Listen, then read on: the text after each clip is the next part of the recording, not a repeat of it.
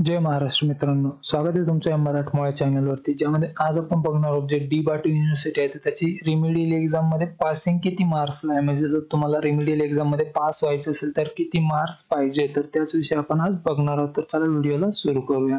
तर बघा, जे रिमेडियल एक्झाम आहे डी बाटूची, तर त्यामध्ये टोटल मार्क जे असतात ते असतात 50 मार्कची एक्झाम होत असते. त्यामध्ये टोटल क्वेश्चन जे असतात ते 40 असते. आता 40 क्वेश्चन कसे असतात, एका मार्कसाठी 30 प्रश्न असतात, म्हणजे 30 मार्क तिथे तुम्हाला मिळतात. त्यानंतर बघा, 2 मार्काचे 10 क्वेश्चन म्हणजे 20 असे तुम्हाला 50 मार्क असतात बघा.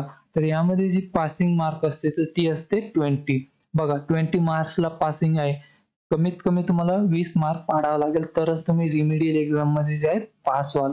बघा, आता बरेच प्रश्न विचारता मला बरेच विद्यार्थी की इथे ग्रेस मार्क मिळतात का. इथे बघा, जर तुम्हाला 20च्या ऐवजी 19 पडले तर तुम्हाला डायरेक्ट फेल केलं जाईल. तुम्हाला 1 मार्काचा सुद्धा ग्रेस दिला जात नाही इथे, कारण हे कम्प्युटर वरती MCQ टाईप असते, तर यामध्ये तुम्हाला ग्रेस मार्क दिले जात नाही. जर तुम्हाला जर पास व्हायचं असेल तर कमीत कमी 20 मार्क तुम्हाला मिळणं गरजेचं आहे. आणि बघा, इथे 50 पैकी 50 जरी पडले तुम्हाला तरी तुम्हाला पॉइंटर जो आहे तो 5च पॉइंटर मिळतो, म्हणजे 5.0 जो पॉइंटर असतो तोच दिला जातो. आणि 20 जरी पडले तरी हाच पॉइंटर, म्हणजे इथे तुम्हाला पॉइंटर सेम असतो. जर तुम्ही 50 पैकी 20 घ्या किंवा 50 पैकी 50 घ्या, पॉइंटर तुम्हाला 5च दिला जातो.